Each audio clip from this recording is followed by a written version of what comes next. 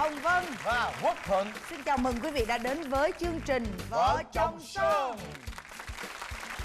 Chương trình Vợ chồng son xin cảm ơn sự đồng hành cùng với nhãn hàng bột giặt nhiệt Appa sạch tinh tươm.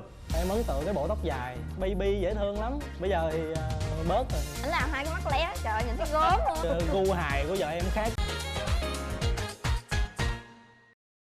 Hôm nay thì đã là 25 Tết phải không chị? Đúng rồi. Không còn bao lâu nữa thì chúng ta sẽ bước sang một năm mới. Thì nhân đây thì Quốc Thuận cũng như là chị Hồng Vân xin cảm ơn tất cả các cặp vợ chồng son đã cùng đồng hành cùng với chương trình, cùng với chị em chúng tôi.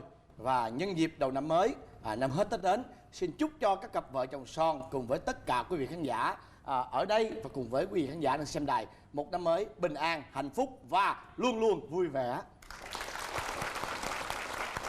Bây giờ chắc lẽ là mọi người có nóng lòng muốn gặp cái cặp vợ chồng son, phải không nào? Vậy thì xin dành một tràng pháo tay thật to để cùng gặp gỡ cặp vợ chồng đầu tiên.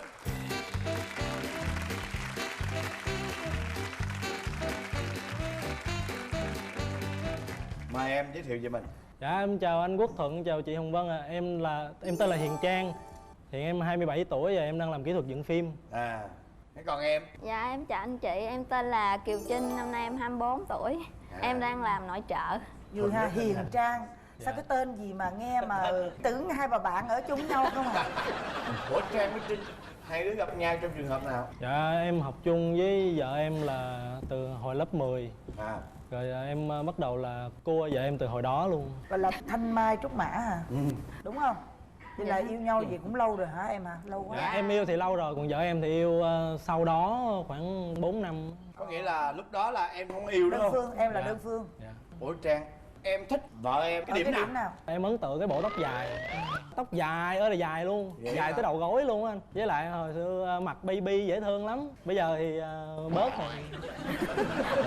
Em nói là 4 năm sau em mới thích ảnh đúng không? Dạ, tại vì lúc mà ảnh cua em là lúc đó ảnh xài mấy cái trò mà gọi là tào lao. Nói chung ý là ảnh toàn là gây cái sự chú ý mà xấu cho mình không à, Là gây ví dụ. ấn tượng xấu á. Hiểu Cho rồi. Ví dụ. Xấu xí làm chuyện này Dạ, ý dạ đúng rồi. Ờ. Lâu lâu tự nhiên đang đi cái khiều khiệu kêu quay lại, ảnh làm hai cái mắt lé, trời ơi, nhìn thấy gớm luôn á. Không, tại gu hài của vợ em khác, chứ em thấy vậy hài lắm mà.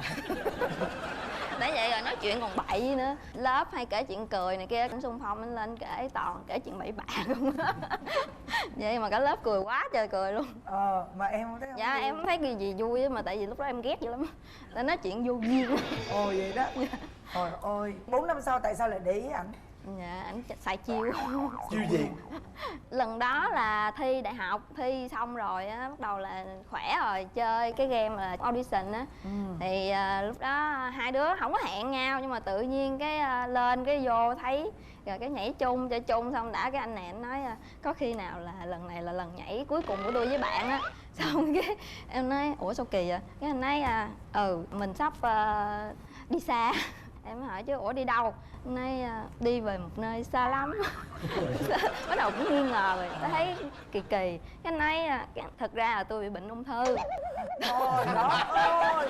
Trời ơi, ông dựng game mà sao Dạ. ông giống phim ngắn như phim Có truyện nghĩa là lúc đó nghe thì đương nhiên là em biết là anh này ảnh xạo dễ sợ luôn rồi. Nhưng mà không biết sao anh nói cái rồi em sâu chuỗi sự kiện lại nói trời chưa thấy ai mà vừa ốm quá trời ốm, mặt thì hớp, da thì đen, mắt thì lồi. Trời ơi thấy gớm lắm. Đúng rồi, đúng rồi. Dạ chắc thiệt rồi, chắc ung thư máu thiệt rồi, thấy ghê lắm. Thấy ảnh ốm mà như là bộ xương di động luôn á. Dạ.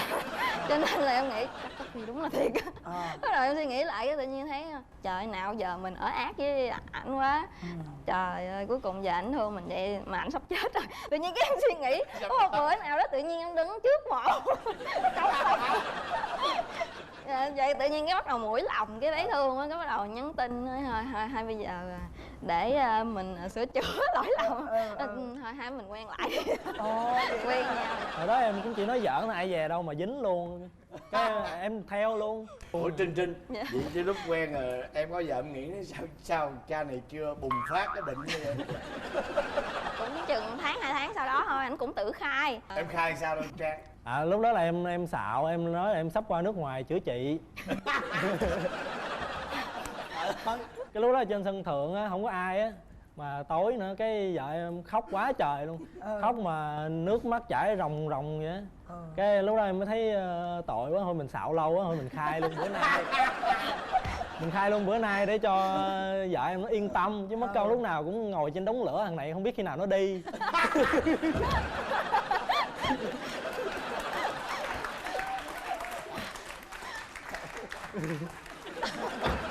Rồi có nghĩa là yêu nhau rất là lâu rồi đúng không? Dạ. Rồi mới cưới, là cưới được bao lâu rồi? Dạ, cưới được 70 triệu giây rồi chị. Lại nhiều ông nội. Là 2 năm đó chị.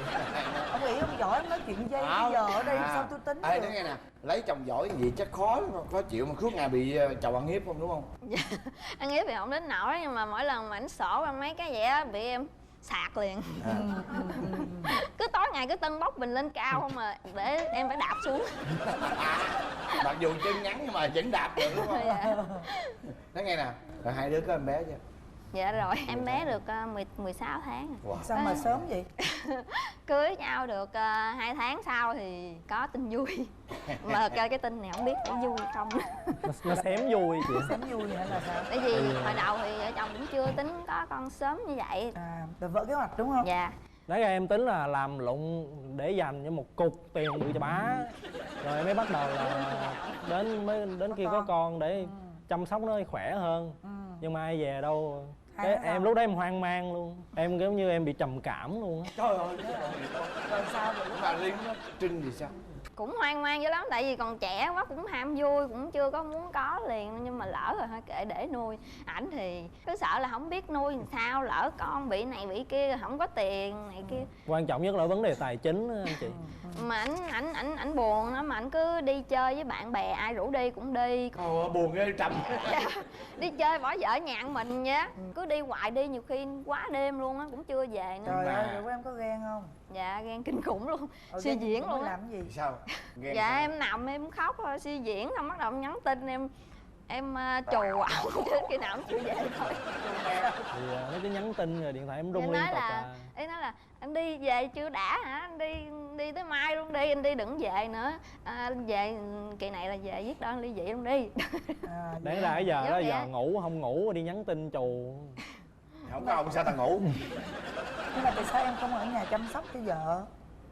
Tại vì lúc đó em cũng buồn với lo lắng á, cho nên là em đi tìm niềm vui. Buồn cũng lỗi của ông thôi chứ ông buồn gì? Ông không có lỗi của ông sao nó có bầu được? Đâu lỗi của vợ em chứ, vợ em không đẹp quá sao. Hay quá, không đổ thừa nữa. Nói chung là tại vì ổng trầm quá. Trời ơi, chuyên gia là đi bia lúp xong rồi hả, chơi bời này kia rồi nhậu nhẹt với bạn bè đã rồi mới chịu về. Lúc ấy vợ buồn hả? Dạ buồn, Tủi thân không? cũng stress lắm luôn. Rồi khóc quá trời luôn, cứ nghĩ là lấy nhầm chồng rồi. Dạ xém ly dị luôn. Vậy đó hả? Dạ. Rồi đến tháng thứ mấy thì chồng mới là bớt trầm tính lại rồi quay về chăm sóc. Trầm ghê. Dạ, coi như là em gần bể chum mà ông mới chịu chăm sóc em đàng hoàng. Bây giờ sanh con ra rồi thì có chăm sóc không? Hay là cũng trầm tính nữa? Dạ ông cũng chồng luôn. Trầm lại vậy. Có nghĩa là ông không có biết cách chơi với em bé. Có nghĩa là em sai gì làm đó thôi, chứ không có biết ôm con chơi hay nói chuyện với con rồi này nọ. Con gái con trai? Dạ con gái. Vậy là con theo mẹ thôi phải không? Dạ. Không có thân với ba đúng không? Dạ. Ở gần đây thì thân hơn rồi. Lớn rồi ông nói con còn nhỏ ôm bộ làm như sợ rớt con. Vậy á hả? Tại em không có kinh nghiệm tiếp xúc với em bé sơ sinh rồi cho nên em sợ đụng vô nó lắm, lỡ nó gãy chân gãy tay vậy. Thấy nó mỏng nhỏ xíu mà mỏng dính rồi. Nhưng mà bây giờ là thân rồi phải không? Bây giờ nó cứng cáp rồi, em ẩm nó ào ào rồi chị. Chà, khôn ghê. Rồi giờ còn tính xấu gì nữa không? Xài tiền quá lố á, mua đồ mà toàn mua ba cái đồ công nghệ, nhiều khi loa ở nhà 2-3 cái và 4-5 cái, tay phone cũng 3-4-5 cái, trời ơi quá chừng luôn, con chuột gì cũng 2-3 con. Anh cho bớt rồi mà. Dạ toàn mua xong cái bị bạn gù sao quá cho người ta. Hoang phí nè, hay trầm tính sản nè, đúng không? Dạ. Rồi còn cái gì nữa? Hay bàn ra nữa, mấy cái chuyện như làm đám cưới, làm thôi nôi con cái nữa. Em bàn cái nó nói thôi không có tiền đâu em ơi đừng làm. Rồi không có ai tới dự đâu em ơi, thôi đừng tổ chức gì. Trời em mỏi tay luôn. Vậy còn em sao Hiền Trang? Bà xã em sao? Bà xã em thì lúc nào cũng bi quan á, lúc nào cũng tư tưởng là mình thấp bé lùn á, xấu rồi này nọ, nên gu thẩm mỹ rồi cũng không có hiện đại. mặc đồ mà màu sắc này nó trầm lắm, kiểu như nó cổ nó cũ giống như năm 1930 vậy á. Nó quá. Lúc nào cũng tự ti về bản thân á, trong khi mình đẹp ngời ngợi như vậy. Với hồi xưa quen vợ em á, em không có biết vợ em có cái tật lết dép, tại vì toàn đi ngoài đường không á. Cưới về em mới thấy á, là trưa người ta đang ngủ trưa á, đi mình lết nó ồn ơi là ồn luôn, mà em không có ưa tính á. Với vợ em hay có tính vậy nè, ví dụ như có một cái chuyện gì đó xảy ra, Chắc rồi. em làm cái gì đó lỗi vậy cái em không có thích cái tiếng nó tí nào luôn á, Tại vì cái tiếng đó với cái tiếng chà dép nó cũng gần nhau. cái tiếng nó không có giải quyết được vấn đề gì. Rồi tiếp nữa. Với vậy em hay cãi lắm anh, cứ có vấn đề gì ra em nói một cái chuyện gì, ví dụ như em thì giỏi công nghệ thông tin, em cũng dạy vợ em xài những cái phần mềm ở trên đó đó. Em nói em làm gì cho anh đi, cái vợ em mới cãi lại, nhưng mà không có được, nó không có ra, nó phải như vậy nè. Trong khi em là giỏi ơi là giỏi luôn, em nó có kinh nghiệm rồi, người ta đã chỉ cho rồi mà không chịu học theo, cãi lại nó không có ra đâu. Cuối cùng cũng phải làm theo cách của em thôi. Chuyện đi cãi với người công nghệ thông tin. Rồi bây giờ em mong muốn bà xã em thay đổi điều gì? Em thì lúc nào cũng muốn vợ em tự tin với bản thân lên, mua đồ rồi đẹp mặc luôn. Trời ơi, cái tướng thì nhỏ xíu con nhái mà cứ suốt ngày đòi bận đồ ngắn, áo ôm. Trời ơi. Không biết bao nhiêu người, biết bao nhiêu người không, ta riêng cũng cái vấn đề vậy. này anh đồng ý với chồng em. Có những cái bộ thời trang dành cho những người nó ngúng ngẳng như em. Nó nhiều lắm vậy đó. Mình phải mặc làm sao cho mình cao lên chứ. Dạ, cái đó thì tốn quá. Trong khi chồng em đẹp ngời ngời như thế này. Thấy gốm. Rồi, còn gì nữa không? Với bớt cãi lại, cứ nghe em là được rồi. Còn em mong muốn ông xã em thay đổi điều gì? Dạ, cái thứ nhất là quan tâm một chút, có nghĩa là quan tâm gia đình á, đi làm về á thì chơi với con, bớt có bấm điện thoại lại một chút, bớt chạy xe ẩu. Cái này nguy hiểm quá trời luôn, cứ tối ngày nói không anh không có thời gian đâu, phải chạy cho lẹ. Trời ơi, chạy thấy ghê luôn á, em ngồi đằng sau mà toàn là em Nam Mô Di Đà Phật, Nam Mô Di Đà Phật không. Chị thấy vậy nè, về phía chồng á, em phải thân và em dành nhiều thời gian cho con là cái thứ nhất. Cái thứ hai là về cái chạy xe nhanh, rất nguy hiểm lắm. Mình phải giữ cái sức khỏe mình, cái mạng sống của mình cho vợ mình, cho con mình chứ, đúng không? Đó thì chị chỉ thấy vợ chồng em khúc mắc vấn đề đó thôi. Còn về phía vợ thì em không được tự ti. Có những người á, họ không cao nhưng mà họ rất là hấp dẫn. Cái đó chị nói thiệt, mà em là một trong những trường hợp như vậy. Chị nói nghiêm túc luôn. Phải không Huyền Trang, hấp dẫn không? Dạ, đúng rồi, vợ em nhìn đẹp mà chị, nhìn bữa nay nhìn giống như người Miến Điện. Rồi, xin chúc hai em lúc nào cũng vui tươi như thế này nha. Dạ em Cảm ơn hai em. Dạ. Say nắng không anh? Cũng có. Anh có bỏ chị theo em được không? Anh thì anh không bỏ được chị ấy đâu. Xin lỗi em.